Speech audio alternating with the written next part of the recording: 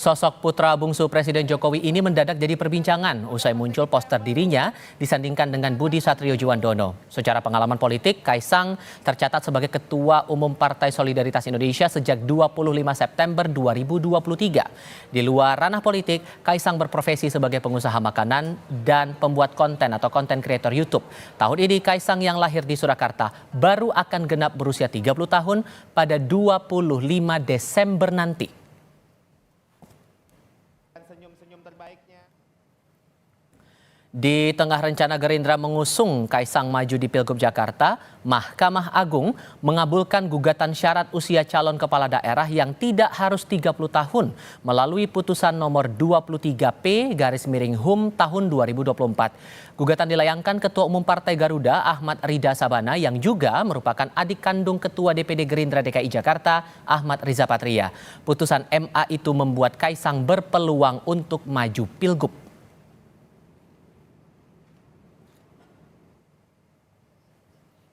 Dalam amar putusan di situs resmi Mahkamah Agung tertulis kabul permohonan HUM atau hak uji material.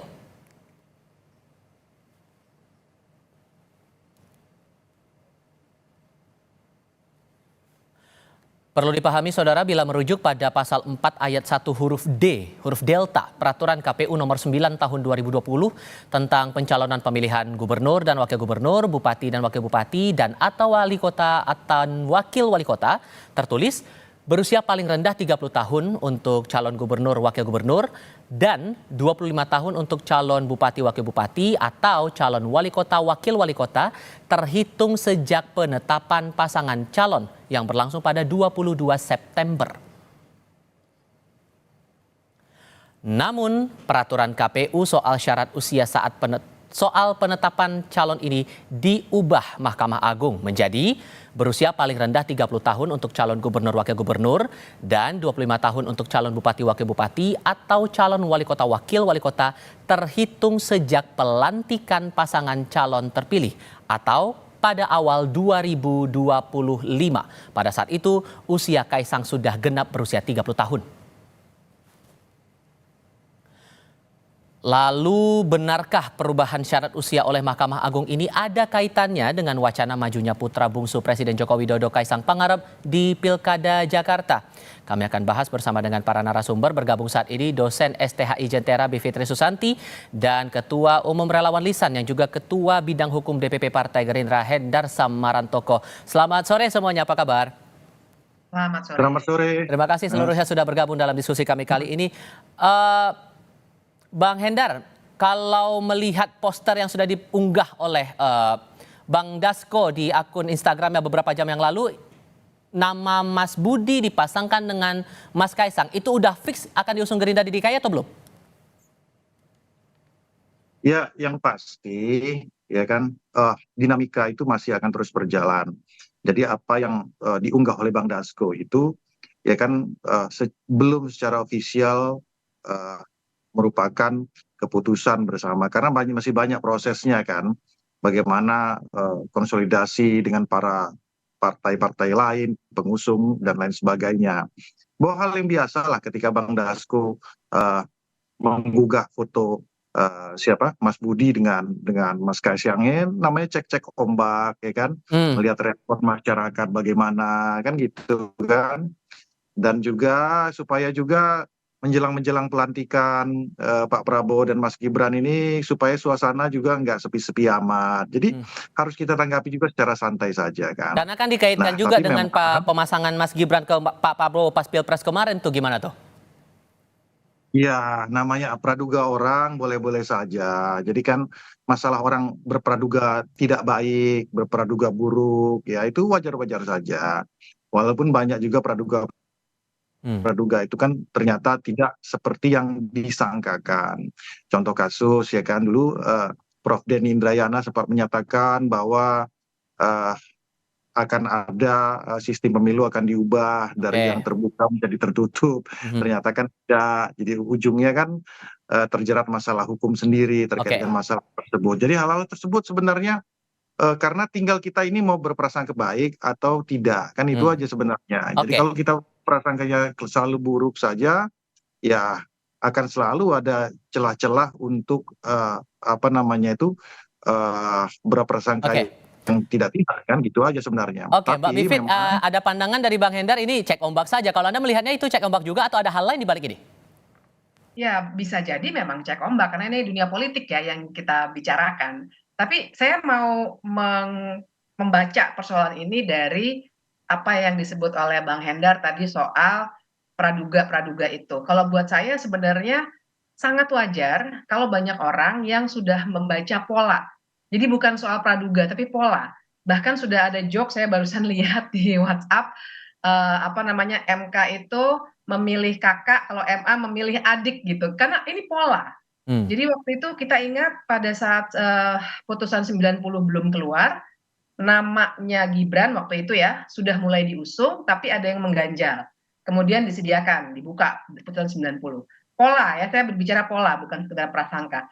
Nah yang terjadi sekarang, ganjalannya juga, tapi bedanya ini sangat tipis, beda hitungan bulan. Jadi tidak perlu diubahnya sampai dengan tambahan atau sedang dan seterusnya. Tapi sekarang tinggal apakah mau sejak penetapan pasangan calon atau sejak pelantikan. Karena bedanya kalau saya tadi hitung-hitung sekitar 3 atau 4 bulan saja. Hmm. Nah, jadi buat saya itu yang dibaca oleh publik, bahkan sudah dijadikan olok-olok. Jadi wajar, jadi tidak bisa dicegah gitu ya, apa pandangan-pandangan seperti ini karena polanya sama. Dan Termasuk yang pola momen mengunggah konten itu oleh Pak Dasko dengan momen penetapan putusan dari MA itu tadi soal keputusan peraturan KPU itu. Anda membacanya juga begitu? Iya, dan saya juga harus melihat, kita juga semua harus melihat isi putusannya. Hmm. Jadi bukan sekedar membaca pola-pola ya, tapi bahkan tadi saya sudah baca detail putusannya, sampai saya catat nih nomor-nomor halamannya, kita akan bisa melihat bahwa pertimbangan hukum hakim itu sebenarnya sangat-sangat dangkal. Mulai dari mengacu kepada UUD 45 yang seharusnya tidak dilakukan oleh Mahkamah Agung. Karena Mahkamah Agung itu menguji peraturan perundang-undangan di bawah undang-undang terhadap undang-undang, bukan Oke. terhadap UUD 45. Sampai dengan mengasumsikan bahwa ada original intent dari Undang-Undang 10 2016 itu yang mengatur pilkada, itu katanya memang ada original intent soal mengakomodasi anak muda. Nah, sementara itu tidak pernah dijelaskan, misalnya gitu. Oke. Jadi ada penyimpulan yang terlalu terburu-buru. Oke. Jadi dari dangkalnya penalaran hukum itu kita sudah bisa boleh ya, sangat boleh mencurigai. Oke. Sebenarnya ada sesuatu yang bisa kita gali lagi dari keluarnya putusan seperti itu.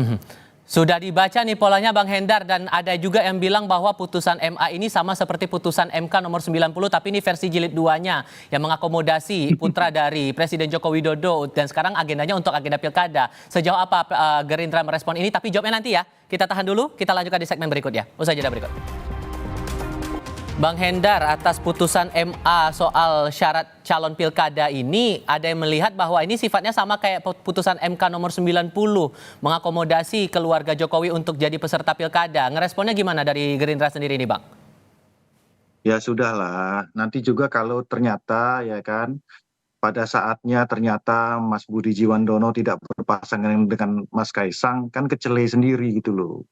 Jadi hal-hal seperti ini udahlah, nanti kita lihat saja ke depannya bagaimana. Kalau bicara masalah pola, prasangka, dan lain sebagainya, saya juga nggak mau berasumsi apa-apa tentang masalah ini. Tapi Kami kalau juga, jadi pasangan kalau sama Mas Kaisang gimana? ya enggak, gini. Kalau kalau kami ya, fokusnya ini kan ke Mas Budi, kader kami itu yang saat ini ya di top list untuk kita ajukan sebagai apa namanya tuh kepala daerah di DKI Jakarta ini adalah namanya Mas Budi Jiwandono. Siapapun wakilnya ini masih melihat kepada dinamika yang terjadi. Anda tahu sendiri kan saat ini ya kan bagaimana proses fluktuatifnya ya dinamisnya uh, mempersatukan dua pasangan calon ini ya di pilpres di pilkada itu nggak segampang itu, nggak selinier itu, sangat cair sekali dan sangat dinamis sekali. Jadi hal-hal seperti ini nggak usah ditanggapi secara lebih mendalam lah ya. Oke. Kalau saya melihatnya gini juga dari sisi hukum ya, saya ngelihatnya gini ya. Jadi saya ngambil yang hal-hal yang positif-positif saja. Kan ada perubahan frasa itu ya. Artinya usia itu tetap di 30 tahun kan seperti itu ya untuk apa namanya itu gubernur ya. dan 25 tahun untuk bupati dan wali kota. Oke. Kita melihatnya kan kepada filosofinya bahwa usia-usia tersebut kan dianggap matang untuk menjalankan tugasnya, kan gitu ya. Oke. Nah, ini kan frasa yang diitukan bahwa yang dirubah itu ya kan berusia 30 tahun sejak penetapan. Oke. Saya melihatnya begini aja, ngambil sisi positifnya aja, ya, bahwa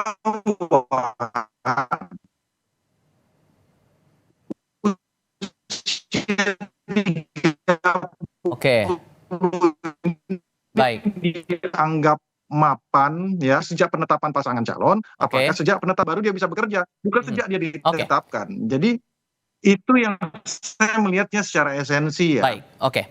ngambil hal-hal yang sifatnya positif aja lah saya melihat. Oke. Sambil kita coba perbaiki komunikasi dengan Bang Hendar, sedikit Gitu ya, Mas. tersendat tadi di sinyal. Oke, Mbak Bivit, Anda melihatnya ini juga hal tersendat biasa, ya? kalau masalah umur juga biasa-biasa saja, Mbak Bivit, atau gimana melihatnya?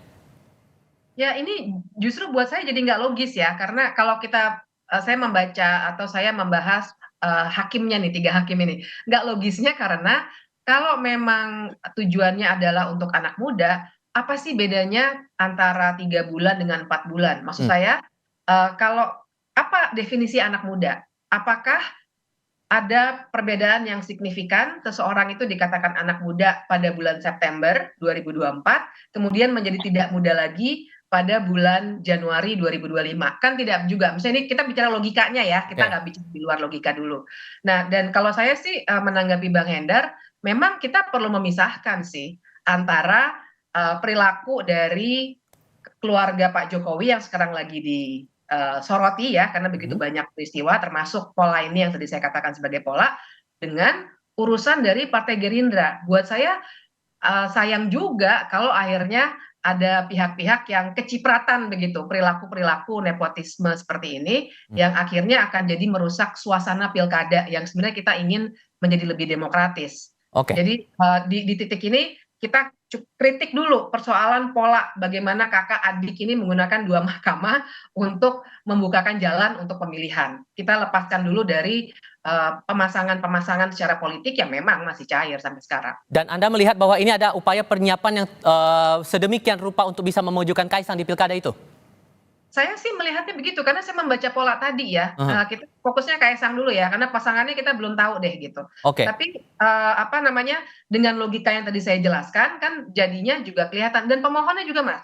Pemohonnya ini Partai Garuda, perlu saya ingatkan bahwa waktu putusan untuk Gibran sebenarnya Partai Garuda bersama dengan PSI dan beberapa pemohon lainnya juga memajukan hal yang sama. Cuma waktu itu ditolak gitu. Jadi ada lagi kan pola berikutnya yang terbaca juga. Hal seperti itu yang bisa membuat kita berkesimpulan ini sudah menjadi semacam modus operandi begitu ya, Oke. untuk membuatkan sebagai untuk ikut dalam pencalonan. Ditambah lagi profil Ketua Garuda ini adalah adik dari Ketua DPD Gerindra DKI, Ahmad Riza Patria itu tadi. Saya jelasin ya gitu ya. Oke. Gimana Bang Hendar? Boleh saya ngomong nggak? Boleh, silakan Bang. Kalau dikait-kaitkan itu kan, aduh, jadi bisa semua dikait-kaitkan. Sekarang pertanyaan saya, apakah dalam satu keluarga itu apa namanya itu bisa multi partai atau tidak gitu loh. Jadi kan bukan hanya terjadi di Partai Gerindra saja, kakak adik itu malah bisa berantem loh, ya kan di satu keluarga karena beda partai. Gitu. Jadi nggak bisa juga dikaitkan dengan hal tersebut. Kalau kita bicara terus berprasangka negatif, pasti aja bisa disambung-sambungin. Tadi kayaknya ada terputus ya. Saya pengen bicara juga masalah normanya tadi, ya kan. Yang berubah itu kan usia tidak berubah, ya. 30 tahun untuk gubernur, ya kan, 25 tahun untuk bupati wali kota. Yang berubah itu kan bahwa itu berlaku sejak penetapan pasangan calon, ya frasanya dirubah sejak pelantikan. Saya pengen balik lagi kepada hal yang sifatnya sangat fundamental dan filosofis dalam pasal tersebut, di mana bahwa kapan sih seseorang gubernur itu, dan wakil gubernur terpilih itu bisa bekerja, ya kan? Ya, dikaitkan dengan pasangan dengan usia matang yang dianggap matang di usia 30 itu, yaitu sejak pelantikan, bukan saja sejak saat penetapan. Nah, itu sebenarnya hal-hal yang harus dilihat juga gitu loh. Ya kan? sejak pelantikan mungkin sejak penetapan mungkin dia belum cukup matang dari sisi norma usia tadi. Tapi kapan dia bekerja dan cukup matang? Ya sejak dia dilantik baru dia bisa bekerja. Seperti itu. Nah, ini hal-hal yang harus kita lihat mungkin ya. Kita kesampingkan dulu hal-hal yang sifatnya anasir-anasir, dugaan-dugaan tadi. Tapi saya melihat hal ini sifat sangat fundamental bahwa seseorang dianggap cukup matang ya kan untuk bekerja menjadi seorang kepala daerah, dalam hal ini DKJ daerah khusus Jakarta ya kan di usia 30 tahun. Kapan dia mulai bekerja? Sejak dilantik, bukan sejak saat dia ditetapkan sebagai pasangan calon. Itu aja sebenarnya. Sehingga momen yang Anda lihat ini yang muncul di publik ini kebetulan saja menurut Anda, Bang Hendar? Ya kebetulan aja gitu loh. Jadi kalau ada apalagi menyeret-nyeret Partai Garuda dikaitkan dengan Arija Patria ya dengan Rida Sabana dan lain sebagainya, saya rasa terlalu jauh sampai ke arah situ gitu loh. Ya kan? Politis sekali, itu sangat politis sekali. Ya yang diuntungkan bisa jadi bukan kita juga kalau itu dianggap ada diuntungkan. Mungkin partai lain kan kalau Mas Kaisang pengen maju. Baik. Ya jadi ujung ini maksud saya oke lah Mas Kaisang bisa maju. Ternyata tidak berpasangan dengan Mas Budi seperti itu ya. Tapi dia ada berpasangan dengan calon dari PDI, ya kan? Ini orang-orang yang pro terhadap PDI Perjuangan gimana coba untuk melihat hal tersebut ujungnya? Ya gini-gini, maksud saya kan sangat terlalu jauh ya, di mana jangka waktunya kita masih sampai bulan Agustus lagi kan gitu. Masih panjang prosesnya, sudah saya tangkap maksudnya di situ. Masih panjang prosesnya dan dinamikanya masih panjang. Jadi menurut saya hal-hal seperti itu belum urgent ya dari sisi politisnya untuk dibicarakan karena dua pasangan calon ini ya kan belum fix untuk menjadi satu kesatuan ya karena sekali nanti elemennya harus dipersatukan, dinamik mau jadi gubernurnya siapnya bagaimana dan itu sangat sangat dinamis dan sangat liar menurut saya. Jadi gegabah juga kalau ada ada suatu anggapan atau tuduhan bahwa ini ada modus yang sama, ada tanda kutip ada operasi terhadap hal tersebut, kita nggak akan sekonyol itu juga ya. Dari Gerindra nggak akan sekonyol itu juga untuk melakukan hal tersebut, kayak gitu ya. Jadi hal-hal kayak gitulah ya kan. Tapi yang fix yang pasti bahwa Mas Budi Jiwandono kita ajukan ya kan menjadi top list untuk maju di Pilgub Jakarta, seperti itu dia, Mas.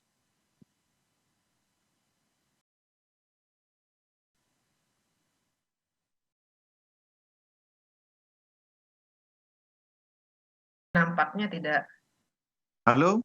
Tidak ada hostnya atau kita yang terlempar atau bagaimana ini? Atau kita yang terlempar ini, Mas.